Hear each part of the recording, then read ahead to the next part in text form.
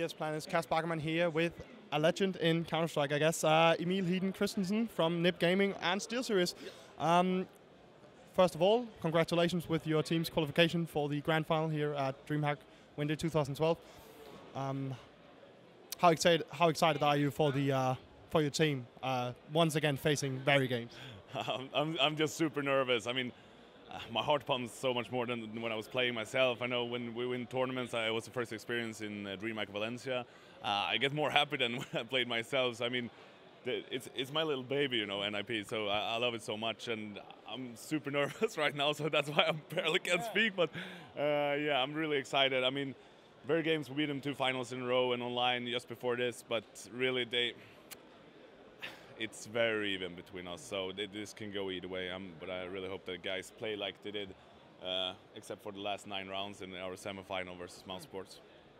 So yeah, I wanna go a bit back, like starting off with NiP. When did you decide to once again kick off the project? It was me and my colleague Niklas, who's also the manager for NiP. Last DreamHack actually, and we were like, hey, it would be nice because CSGO was coming up. We heard some rumors that DreamHack was going to, focus a lot on it, which they are now. But so I was like, okay, but it will be fun to, have a team. But it was like, something we never thought we could do, because it's so much organizing, getting sponsors and stuff to get salaries, to get them everything. It's a lot of work. So we started talking about, we knew we wanted Forest and Get Right from the beginning, and of course Exist. So we talked about with them here last DreamHack, or we know them before. So, but yeah, we talked about them, and they were really interested. They really looked forward to CS:GO as well. And then they had 2 guys, Fifth Lion and Freiburg, that Niklas knew from before, or I knew them as well, but not that well. And we thought that a mixture of Source players and 1.6 players would be perfect, because it is kind of a mixture of the game. So. They started up practicing, and we found some sponsors, SteelSeries then, that wanted to back us up with our project, and we bought the name that was actually the old NiP was the main company that own it went to bankruptcy, so we bought the name, and we started up again. And during this time, Anton, who's a very good friend of ours, we wanted him aboard because he's a really good coach. He's taking care of everything very perfectly and stuff. So he came along and everything, so we decided to give it a go. Yeah, so when Exist transferred from Fnatic, it was firstly announced that he would move to Heat Gaming, a team called Heat Gaming. Was it for the sake of hype that you didn't publish that NiP was going to come back? Yeah, I mean, first of all, we want to have our own team. We were basically going to have the Heat Gaming, which is a computer brand that both me and Niklas won, but this was very early, and Budak was like, hey, why not be NiP? I mean, you are NiP, and point on me. I was like, yeah, that could be hard to get the name and stuff. So we tried to get the name, and we eventually got it. So in the beginning, when Exist left, we already had the name, so it was just a matter of hype. But it was the original plan to be Heat Gaming. So. So yeah, moving a bit away from the whole team, and you've been both a player and a manager. Actually, also before you were a manager with Stockholm Magnetic during CGS. How is it to move from the player role onto the manager role? Well, frankly, for CGS, it was very unserious. I mean, I could call myself a bit of a sellout for that, because the reason I went into CGS was to convince them to switch to 1.6 back then, and they didn't listen. So I was like, okay, screw this. I'm just gonna sit here and take my salary, basically. So I really thought I could make an impact on them, because they told me that, hey, if you come on board, we might switch over. So I was like, okay, I'm going to do this, because it would have been a great thing for 1.6 back then. But then when it didn't do it, so I didn't really take the manager role very serious then, I would say, not compared like I do nowadays. So, yeah.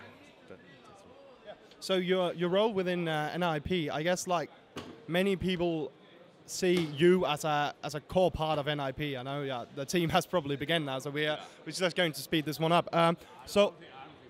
Okay, let's your role within NiP, and I guess many people see you as probably the head coach and head manager, something like that. But could you maybe just outline what you're actually doing in NiP? Well, I'm kind of the guy in the middle of it. I have Niklas, who's handling most sort of administrative stuff, The sponsor stuff. Yeah, I mean, I'm there as well, so we do that together, sponsors and stuff. That's, me and Niklas. And, booking trips and everything. That's Niklas' job, but the sponsor part is, mostly mine. But for you know, booking trips, taking care of boot camps, organizing everything, making sure that, you know, paying out salaries, everything. That we have Niklas for that, and I do that a little bit as well. Then for the training part, we have Anton Budak, who's the coach for it, and you know, he's taking care of the guys always practicing. You know, if something is wrong, they always go to him to take it up, and you know, and they can also go to me. But like, they are on the side like this, and I'm kind of in the middle between them. So basically, you are one of the head guys in NiP. But like, you've experienced so much like throughout your gaming career. So how big is NiP right now compared? Like, how big is this moment right now compared to previous like highlights in your career? This is the biggest ever for me, by far.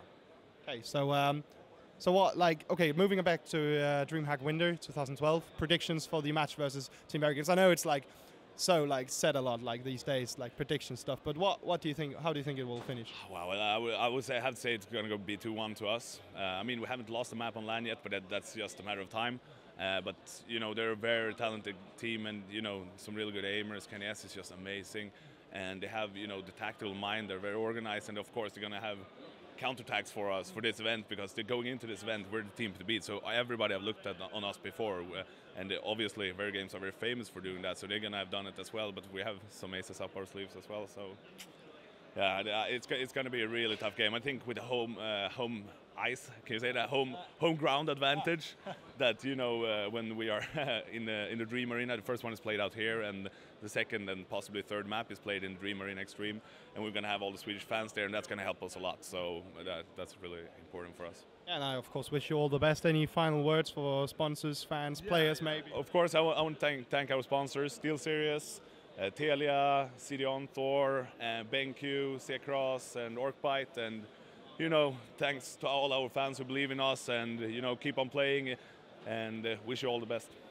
Yeah, and to all of you out there, we have more coverage coming out from DreamHack Winter 2012. NiP Gaming versus Very Games are just about to begin. So yeah, do stay tuned, guys. Bye.